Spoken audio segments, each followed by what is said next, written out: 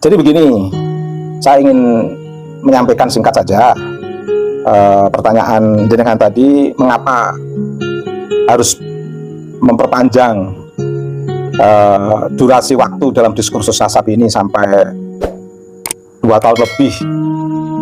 Perlu diketahui, teman-teman yang mengkritisi nasab habaib, mengkritisi dalam konteks yang berbeda-beda, ada yang dalam konteks menolak, ada yang dalam konteks mengklarifikasi, ada yang dalam konteks menjelaskan hasil risetnya, ada yang dalam konteks mendukung riset, ada yang dalam konteks kecewa terhadap perilaku para beberapa habib. Sebanyaklah pokoknya konteksnya itu sebenarnya bukan membicarakan nasab sebenarnya, tetapi dalam konteks merefleksikan suasana,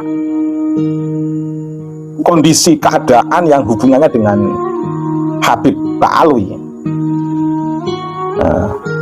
Termasuk kita ambil poin kecilnya saja, tesis Kyai Imad. Tesis Kyai Imad itu sebenarnya kan tidak membicarakan nasab, tapi menghentikan para habib yang suka bicara nasab. Justru cara menghentikannya, kalau nggak ada dasar kan nggak mungkin Kyai Imad itu seorang ulama. Cara menghentikannya ya dengan ilmu, mengingatkan kalau kalian itu, wahai Habib Ba'alwi, ini bahasa saya menerjemahkan fenomena kemunculan tesis Kyai Imad, itu ingin menegaskan, wahai para Habib Ba'alwi, kenapa sih kalian suka bicara nasab, mengglorifikasi nasab secara publik, nasab kalian itu tidak tersambung. Sebenarnya Kyai Imad hanya mengatakan begitu saja, bukan berbicara nasab dalam konteks meramaikan glorifikasi nasab, tapi dalam konteks menghentikan ramainya glorifikasi nasab Ba'alwi di Indonesia ini. Jadi tesis Kyai Imad itu dalam rangka ingin menghentikan ramainya mengglorifikasi nasab Ba'alwi, bukan meramaikan perbincangan tentang nasab, bukan. Logikanya harus diperbaiki. Justru yang suka bicara nasab itu Habib Ba'alwi dalam ceramah-ceramah para dai-dai dari Ba'alwi. Itu kan tidak ada orang Jawa, kiai-kiai itu ceramah secara publik memamerkan nasab, itu tidak ada. Kalaupun sekilas secara tidak sengaja, tapi tidak dalam konteks glorifikasi, mengunggul-unggulkan. Ya mungkin dalam hal seorang kiai yang di situ ada kisah, itu pun yang berhubungan dengan ilmu biasanya. Tapi yang berhubungan dengan glorifikasi, mengunggul-unggulkan nasab, bahkan ditambahi dengan bentuk-bentuk kurafat yang seolah-olah di situ itu menyampaikan karomah. Karomah itu kan ada hubungannya dengan agama, ada hubungannya dengan peningkatan kualitas iman dan takwa. Karomah itu kan mengarah pada bagaimana kelebihan yang diberikan oleh Allah kepada para kekasihnya, min warasatil anbiya, yang mengarah kepada upaya menguatkan keberadaan manusia ini untuk betul-betul memiliki hubungan kuat, berta'aluk secara kuat dengan Allah, dan mengawal sistem kekhalifahan ini untuk kepentingan umat manusia dalam konteks kemanusiaan, keadilan, dan kesetaraan. Ini karomah yang diberikan Allah kepada para kekasih Allah. Ini namanya karomah. Kalau kemudian ceramah itu sifatnya mengglorifikasi, bahkan memfantasikan sebuah angan-angan kosong, kisah-kisah yang penuh halu, dengan nuansa fantastik yang tidak empiris, tidak rasional, tidak mengarah pada upaya menguatkan hubungan manusia dengan Allah, menguatkan bagaimana eksistensi manusia itu menjaga kekhalifahan, dan menjaga lingkungan atau kosmologi ini, relasi kealaman ini untuk lebih kuat hubungannya dengan Allah. Kalau tidak mengarah ke sini kan itu sebuah perumpamaan-perumpamaan yang tidak bisa dikatakan sebagai karomah, tapi perumpamaan-perumpamaan yang lari dari relasi suci kosmologi, perumpamaan-perumpamaan yang lari dari teks kewahyuan, perumpamaan-perumpamaan yang lari dari teks kenabian. Itu adalah perumpamaan-perumpamaan yang bukan karomah, tapi kurafat. Ada distorsi memberikan sebuah perumpamaan, distorsi memaknai sebuah kelebihan yang diberikan Allah kepada para penerus Nabi, al-ulama, kalau membelokkan itu semua, itu namanya khurafat. Karena karomah itu menguatkan syariat mesti. Karomah itu menguatkan syariat, menguatkan risalah kenabian. Karomah itu menguatkan hubungan relasi suci manusia dengan Allah, dan karomah itu menguatkan eksistensi manusia dalam menjalankan sistem kekhalifahan di muka bumi ini. Itu karomah diberikan Allah kepada para ulama. Atau bisa juga disebut karomah itu menguatkan mukjizat, menguatkan apa yang telah menjadi visi misi kemujizatan Nabi dalam risalahnya. Dia sebagai keberlanjutan dalam konteks menguatkan syariat Allah yang telah diberikan kepada Nabi, karena Nabi sudah tidak ada, ya pewarisnya bagaimana bisa melanjutkan syariat Allah di muka bumi di tengah generasi yang jauh setelah kehadiran para Nabi. Itu karomah. Kalau tidak untuk menguatkan itu semua, ya khurafat.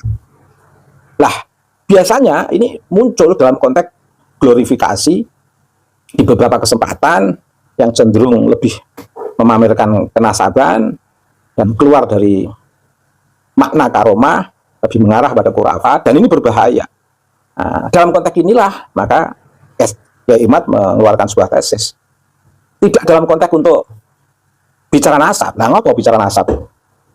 Dalam ruang publik itu tidak tradisi orang Jawa. Tapi dalam konteks justru untuk menghentikan sistem glorifikasi kenasaban yang tidak bosan-bosannya terus didengungkan oleh para Habib Alwi di beberapa ceramah, makin masif di 15 tahun terakhir ini. Jadi benar jenengan mengatakan ngapain sih bicara nasab? Betul. Kita sendiri juga mengeluarkan pertanyaan yang sama, ngapain bicara nasab secara publik? Bahkan ada yang nyindir, bicara nasab itu nggak penting, yang penting nasib. Ya juga nggak apa-apa, tapi perlu diketahui nggak penting dalam konteks ruang publik, tapi dalam konteks intern keluarga bicara nasab juga penting. Lah yang masuknya tesis Kiai Imad itu justru ingin menghentikan glorifikasi atau perbincangan nasab yang berada di ruang publik, biar dihentikan. Nggak perlu bicara nasab dalam ruang publik itu sampai ngunggul-ngunggulkan di ruang publik. Kalau untuk kepentingan haul sekilas, tidak apa-apa, itu pun yang berhubungan dengan ilmu dan ketakwaan, yang menguatkan syariat, menceritakan karomah seorang wali, tidak apa-apa, kita dukung itu. Tapi yang menguatkan syariat. Persoalannya itu yang disampaikan oleh beberapa Habib Alwi itu kan mengarah ke glorifikasi, mengarah ke distorsi makna karomah, merusak perspektif memaknai karomah secara benar, lebih diarahkan pada penjelasan-penjelasan yang bersifat khurafat. Itu kan yang menjadi persoalan. Jadi hentikan perbincangan nasab, ya bagus. Dalam ruang publik memang nggak perlu nasab diglorifikasi secara masif di ruang publik, nggak perlu. Kita ini kan bukan mengada-ngada memperbincangkan nasab secara ruang publik, bukan. Justru ingin menghentikan perbincangan nasab, glorifikasi nasab dalam ruang publik itu harus dihentikan. Penting dalam konteks keluarga, tapi dalam konteks ruang publik itu jangan melampaui perbincangan yang terkait dengan hak-hak dan kewajiban ruang publik, yang terkait dengan kemanusiaan, keadilan, kesetaraan, yang terkait dengan maqasidus syariah itu. Sehingga clear agama ini tidak terkesan dimonopoli oleh cerita-cerita yang penuh glorifikasi, yang sebenarnya tersimpan suasana doktrinasi yang sangat melemahkan semangat keislaman, semangat pembebasan, semangat pencerahan para nabi-nabi Allah, yang ditutup dengan kehadiran Nabi Agung, Habibil Mahbub, Syafil Ilal wa Mufarijil Kurub, Al-Mustaba, Al-Murtadha, Al-Muntaqa, Al-Mustafa, Sayyidina wa Maulana Muhammadin sallallahu alaihi wasallam. Luar biasa risalah Nabi, Nabi-Nabi Allah, risalah Nabi terakhir dari utus Nabi Allah, dari utusan Allah, yaitu Nabi Muhammad. Betul-betul membebaskan, mencerahkan.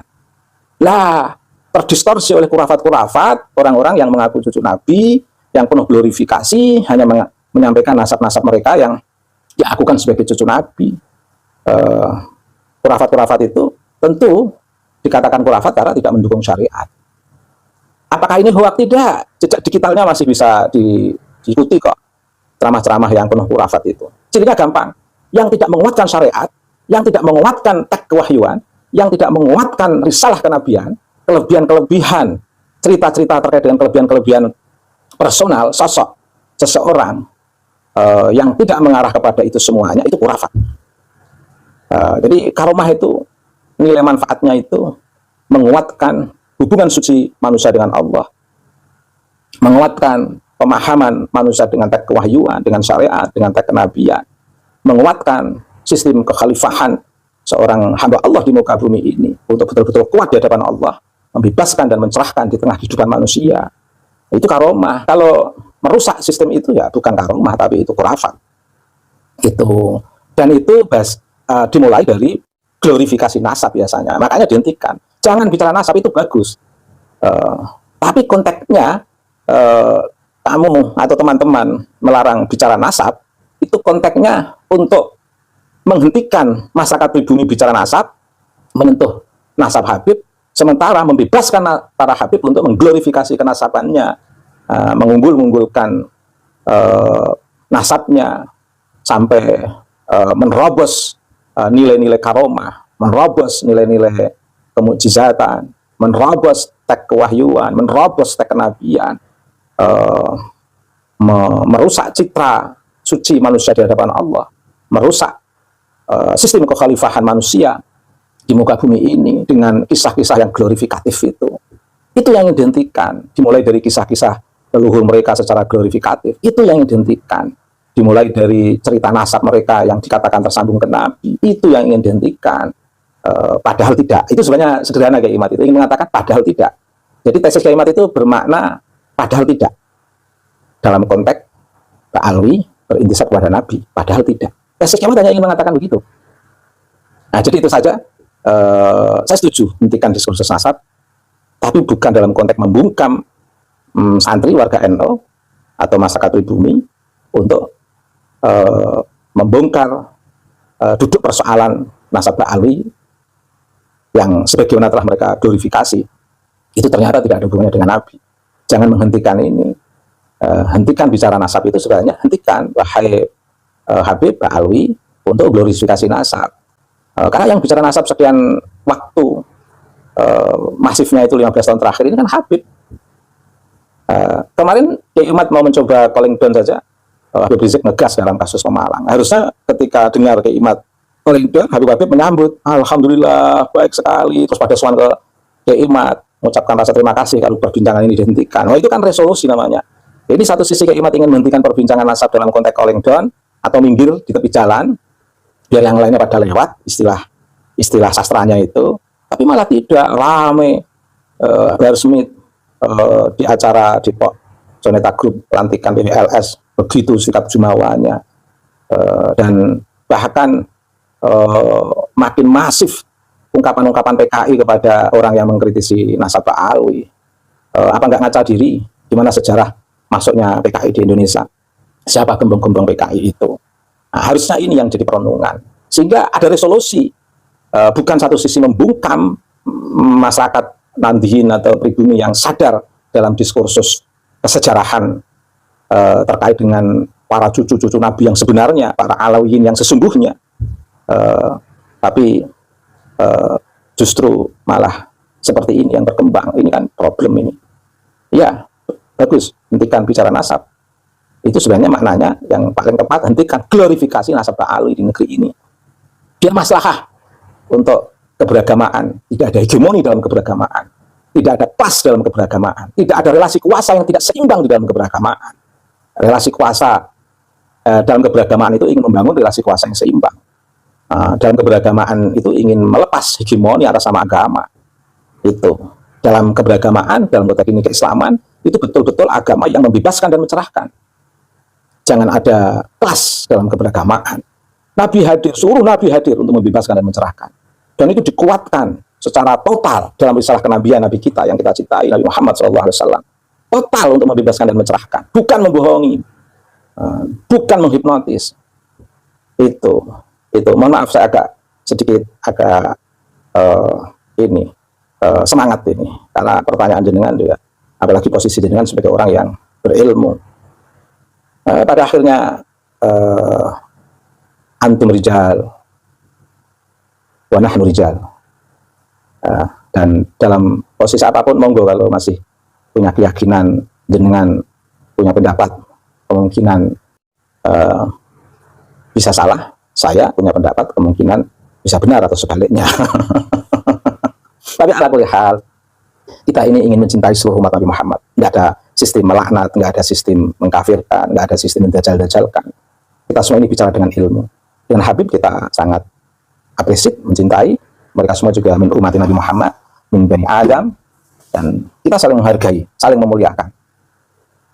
Adapun klarifikasi tesis ya Himad, teman-teman untuk mengingatkan Habib, itu terimalah dengan lapang dada, dengan lapang hati, dan buktikan dengan sikap dan perbuatan, bukan jawaban-jawaban yang justru banyak melahirkan framing dan perdebatan sosial. Dan intinya begini, ramainya diskursus nasab ini, yang meramaikan itu ya Habib dan Muhyiddin sebenarnya.